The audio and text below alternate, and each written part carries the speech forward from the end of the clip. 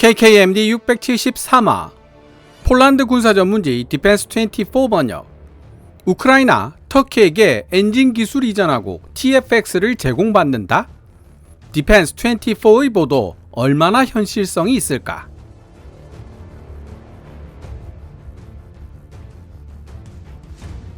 (2024년 2월 18일) 폴란드 군사 전문 매체 디펜스24는 바실 보드나르 터키 주재 우크라이나 대사의 말을 인용해 우크라이나가 터키 TFX 칸에 탑재할 엔진을 개발하고 있으며 그 대가로 타이 칸 도입을 희망하고 있다고 보도했습니다.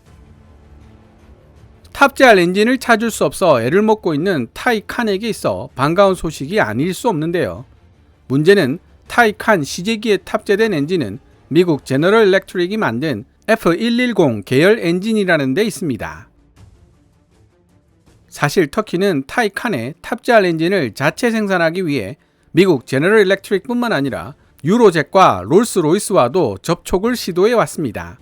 하지만 항공우주공학의 핵심이라고 할 수 있는 항공 엔진 제작 기술은 쉽게 이전받을 수도 이전해 줄 수도 없는 기술입니다. 단거리, 중거리 공대공 미사일 등을 자체적으로 개발한 터키이기에 엔진 기술을 어느 정도 발전시킬 수 있었던 것은 사실입니다. 하지만 분야 전문가의 설명에 따르면 일회용으로 한번 쓰고 버리는 로켓용 엔진과는 달리 전투기 등에 쓰이는 항공 엔진은 1만 시간을 넘나드는 내구성을 요구받게 됩니다. 쇠가 녹는 온도가 보통 1500도 내외, 인간이 만든 내열 합금이 버틸 수 있는 온도가 보통 900도 내외라고 합니다. 하지만 항공 엔진 배기부에서 뿜어져 나오는 온도는 1400도에서 1600도 정도나 되죠. 가벼우면서도 단단한 금속을 써야 하는 전투기에는 오로지 내열 합금만 사용할 수 있는데 900도 내외의 온도만 견딜 수 있는 내열 합금은 1400에서 1600도 정도로 뜨거운 열기와 만나면 녹아내릴 수밖에 없습니다. 따라서 최대한 높은 온도를 견딜 수 있는 내열 합금과 냉각 기술이 필요하게 되는데요. 엔진의 구조는 리버스 엔지니어링으로 파악할 수 있다고 해도 내열 합금을 만드는 기술과 냉각 기술은 리버스 엔지니어링으로도 해결이 되지 않는 영역입니다. 수많은 실패와 경험, 다른 말로 하면 엄청난 자본과 시간을 투자하여 데이터를 축적시켜야만 성공할 수 있는 영역이죠. 한국형 F414 엔진 개발을 선언한 대한민국도 이제서야 이 영역에 본격적으로 발을 내딛기 시작한 셈입니다. 그런 이후로 구소련 시대를 거치면서 항공 엔진 기술을 보유하게 된 우크라이나가 터키에게 관련 기술을 전수해주고 대신 KF-21 보라매의 경쟁자로 등장할지도 모르는 타이 칸을 제공받을 가능성이 있다고 보도한 디펜스24의 기사를 그냥 지나칠 수가 없었습니다. KF-21에 정통한 국내 전투기 전문가에게 서면 인터뷰를 요청했고 인터뷰 답변을 바탕으로 제 나름대로 디펜스24의 기사를 분석해봤습니다. 2024년 2월 18일 폴란드 군사 전문지 디펜스24가 게재한 기사를 번역해본 이후 KF-21 보라매에 정통한 국내 전투기 전문가가 보내온 인터뷰 답변 내용을 정리해서 소개해드리도록 하겠습니다. 디펜스24 기사 내용 번역은 노란색 글자로 제 개인적인 사견과 역주는 하얀색 글자로 표시됩니다. 우크라이나 기업들이 터키가 개발 중인 5세대 전투기 타이 칸에 탑재할 엔진을 위한 개발 작업을 계속하고 있다고 터키 수도 앙카라에 주재하고 있는 바실 보드나르 우크라이나 대사가 말했다. 러시아 우크라이나 전쟁이 발발하기 이전부터 양국은 이미 타이 칸 전투기 프로그램과 관련된 협력에 관해 논의하고 있었기 때문에 이 정보는 어느 정도 신뢰성이 있다. 터키 차세대 전투기 칸 구매에 대한 협상은 2022년 러시아가 우크라이나를 침공하기 전부터 시작되었다. 앞서 터키, 우크라이나 양국은 무인 항공기 프로그램을 통해 상호 협력했던 전례가 있는데 당시 우크라이나 기업들이 이 협력을 주도했었다. 소련의 유산을 계승한 우크라이나 산업계는 엔진 제작을 비롯한 항공우주 산업 분야에서 높은 수준의 역량을 보유하고 있었다. 근래 역동적으로 발전해왔으며 자체적으로 많은 기술을 개발해온 터키 산업계였지만 항공우주 산업 분야에서의 역량은 크게 부족하다는 지적이 끊이질 않는 상황이었다. 그러나 터키가 우크라이나와의 협력을 선택하면서 엔진 같은 일부 분야를 지름길로 질러갈 수 있게 되었고 새로운 분야의 노하우도 비교적 쉽게 얻을 수 있을 것이라는 추측들이 팽배했다. 양국 모두 5세대 유인 전투기 혹은 5세대로 개량 가능한 전투기를 보유하고 있어야 할 필요가 절실한 상황이기 때문에 항공우주 산업, 특히 그 중에서도 무인 항공기 분야에서 이루어져 왔던 터키 우크라이나 간의 협력 관계가 5세대 전투기를 개발하는 방향으로 진전되는 것은 오히려 논리적이라고 할 수 있다. 우크라이나인들은 2022년 이전에는 당시 TFX로 알려졌던 칸을 가까운 미래에 구매할 수 있을 것이라고 예상하지 못했고, 이러한 맥락에서 그들은 그리펜, F-16 그리고 F-15 같은 과도기적인 4세대 전투기 구매를 고려했었다. 그러나 현재 우크라이나는 미국이 F-35를 판매해 줄 것이라고 기대할 수 없는 상황이기 때문에 대신 터키 칸의 도입을 목표로 삼은 것으로 추측되며, 우크라이나인들은 터키 타이 칸 프로그램에 직접 참여하는 것을 조건으로 칸을 조달할 수 있을 것으로 보인다. 그러나 우크라이나인들은 유로파이터 타이푼에 탑재된 EJ200 엔진을 제작한 유로젯 및 롤스로이스와의 치열한 항공 엔진 경쟁에 직면해 있다. 현재 우크라이나에서 전쟁이 한창 진행 중이기 때문에 러시아에 의해 언제 공장이 폭격을 당할지 알 수 없으며, 따라서 우크라이나 항공 엔진 설계자들의 설계 능력을 평가하기가 매우 어려운 상황이다. 여기 더해 우크라이나가 타이 칸 프로그램에 어느 정도 범위로 참여할 수 있을지, 현실적으로 참여 자체가 가능할지 여부도 불분명하다. 그럼에도 불구하고 우크라이나와 터키가 타이 칸 프로그램에 상호 협력하고 있다는 주장은 수십 대의 타이 칸을 구매해 줄 수 있는 첫 번째 잠재적 수출 고객을 확보했다는 사실을 의미한다. 차세대 전투기에 대한 경쟁이 치열해지고 있는 상황에서 이렇게 잠재적 고객을 확보하는 일은 규모의 경제를 달성하는 데 있어 매우 중요한 요소라고 할 수 있다. 지금까지 폴란드 군사 전문지 디펜스24가 2024년 2월 18일에 게재한 기사를 번역해 보았습니다. KF-21 보라매에 정통한 국내 전투기 전문가는 디펜스24 기사 내용에 대해 타이 칸 시제기에는 미국산 F110 계열 엔진을 사용했음에도 불구하고 우크라이나산 엔진을 사용하여 양산될 수 있다는 가능성을 언급한다는 사실 자체가 타이 칸 프로그램이 제대로 굴러가지 못하고 있다는 증거라고 분석했습니다. 전투기 전문가의 설명에 따르면 전투기의 파워와 무게 중심을 결정짓는 엔진부터 선택하고 그에 맞게 전투기의 크기와 형태를 최적화시키는 것이 일반적인 개발 과정이라고 합니다.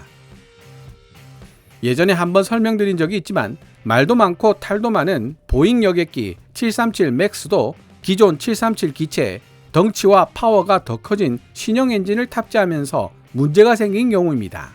기체의 무게 중심이 달라졌기 때문에 수많은 테스트를 통해 기체를 최적화시켜야 했는데, 이런 과정을 무시하고 소프트웨어로 해결하려다 사단이 난 것이죠.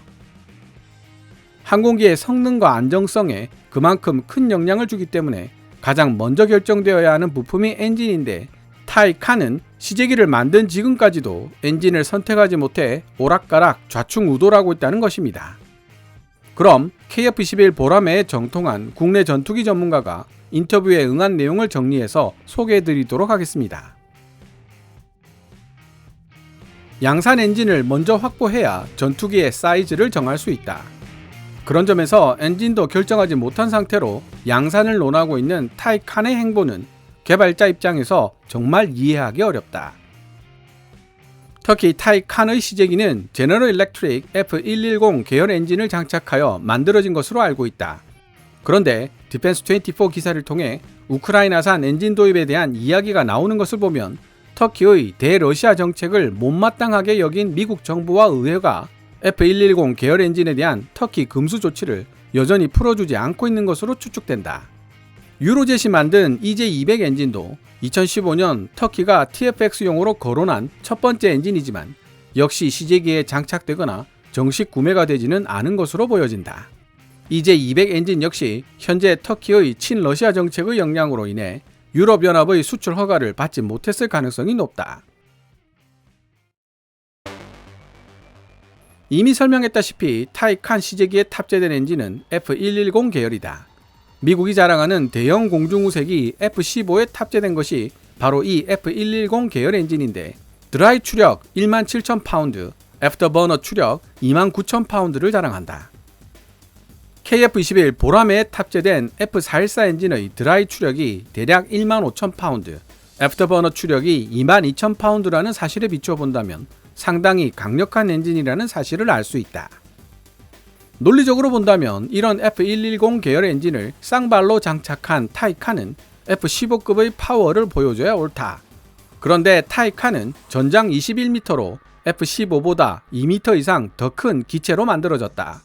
파워는 동일한데 크기가 커졌다면 당연히 기동성은 F15보다 떨어질 수밖에 없다. 한마디로 타이칸 시제기는 사이즈 최적화에 실패했다는 뜻이다. 구글링을 해보면 타이칸의 최대 이륙 중량은 27.2톤, 최대 속도는 마하 1.8 정도 되는 것으로 표시하고 있습니다. 터키 항공우주산업이 예전에 올려놓은 자료를 참고한 것인데요.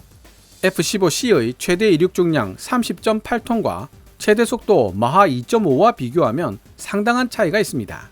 타이칸이 사이즈 최적화에 실패했다는 전문가의 지적에 수긍이 가는 부분입니다. 터키 항공우주산업도 문제가 있다고 느꼈는지 현재 홈페이지를 통해 크기만 표시하고 있을 뿐 무게는 전혀 표시하지 않고 있습니다. 이와는 대조적으로 KF-21의 경우 2015년에 GE F414급 엔진을 C103 모델에 탑재하기로 결정하면서 안정적으로 개발이 진행되어 왔다.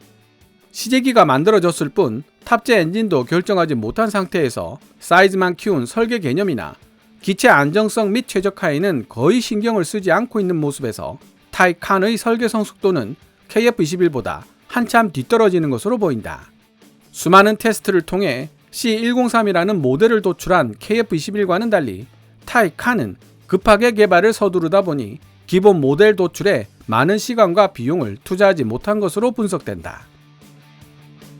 디펜스24 기사에서도 언급되고 있듯이 우크라이나는 현재 연구 및 생산 시설이 언제 폭격을 맞을지 알 수 없는 전시 상황이다. 이런 상황에서 우크라이나가 F110 계열 엔진과 비슷한 추력을 가진 AL31 계열 엔진을 양산해낼 수 있는 기술을 실제로 보유하고 있는지, 생산 능력이 어느 정도 남아있는지는 알아내기 어렵다. 현재 우크라이나는 필요한 미사일의 국내 생산도 어려운 상황인데 항공우주 산업의 핵심이라고 볼 수 있는 엔진 기술을 해외로 판매하겠다는 우크라이나 대사의 말을 신뢰하기도 어렵다. 개인적 의견으로 미국의 본격적인 지원을 받는다고 가정해도 타이칸이 제대로 된 스텔스기로 만들어지려면 최소 15년 정도의 시간이 필요하다. 따라서 미국의 도움 없이 터키 자체 능력으로 타이칸을 스텔스 전투기로 만들려면 적어도 20에서 25년 이상의 과감하고 지속적인 투자가 필요할 것이다. 요점은 과연 터키에게 그만한 재정적 능력이 있을까라는 의문에 있다. 현재 독재에 가까운 권위주의 정치를 펼치며 타이칸을 밀어붙이고 있는 에르도안 터키 대통령이 향후 25년 이상 계속 집권할 수 있을지도 의문이지만 말이다. 2023년 연말까지 시제기를 공중에 띄우겠다던 터키 정부의 약속은 허무한 공수표가 되었습니다. KKMD 598화 재정위기에 직면한 터키 TFX 칸, 탑재 장비 하나 없는 깡통 상태로 초도 비행에 나선다? 편에서도 지적했지만 타이칸과 관련된 주요 하위 시스템 개발 소식조차 찾아보기가 어렵습니다. 이런 상황에서 우크라이나가 엔진 기술을 터키에게 이전하고 그 대가로 5세대 전투기 혹은 5세대 전투기로 개량 가능한 전투기 타이칸을 수십 대 도입하려 한다는 디펜스24의 기사는 현실과 상당한 괴리가 있는 것으로 보입니다. 무엇보다 로키드 마틴의 F-35조차도 블락4로 개량되는 2029년에 도달할 수 있을 것으로 예상되는 5세대 스텔스 전투기라는 타이틀을 KF-21 보라매보다 한참 뒤처지는 개발 속도를 보이고 있는 타이칸에 가져다 붙였다는 사실 자체가 거부감을 줍니다. 전투기로서의 가장 기본적인 능력, 예를 들어 우수한 기동성과 무장 능력으로 제공권을 장악할 수 있는 능력부터 갖추고 5세대를 논해도 늦지 않을 것입니다. KF-21 보라매가 4.5세대 전투기로 시작한 것은 그만한 이유가 있기 때문입니다. 오늘 KKMD에서 준비한 내용은 여기까지입니다. 시청자 여러분들의 좋아요와 구독 그리고 광고 시청은 KKMD의 미래를 위한 양식이 됩니다. 후원 멤버 및 슈퍼땡스로 후원해주시는 고마운 분들의 댓글은 항상 감사한 마음으로 챙겨 읽고 있습니다. 방송되었던 내용들은 KKMD 공식 블로그에서도 만나보실 수 있으니 구글이나 네이버 검색창에서 KKMD를 검색해 보시기 바랍니다. 지금까지 시청해 주셔서 감사합니다. 케빈즈 밀리터리 채널 KKMD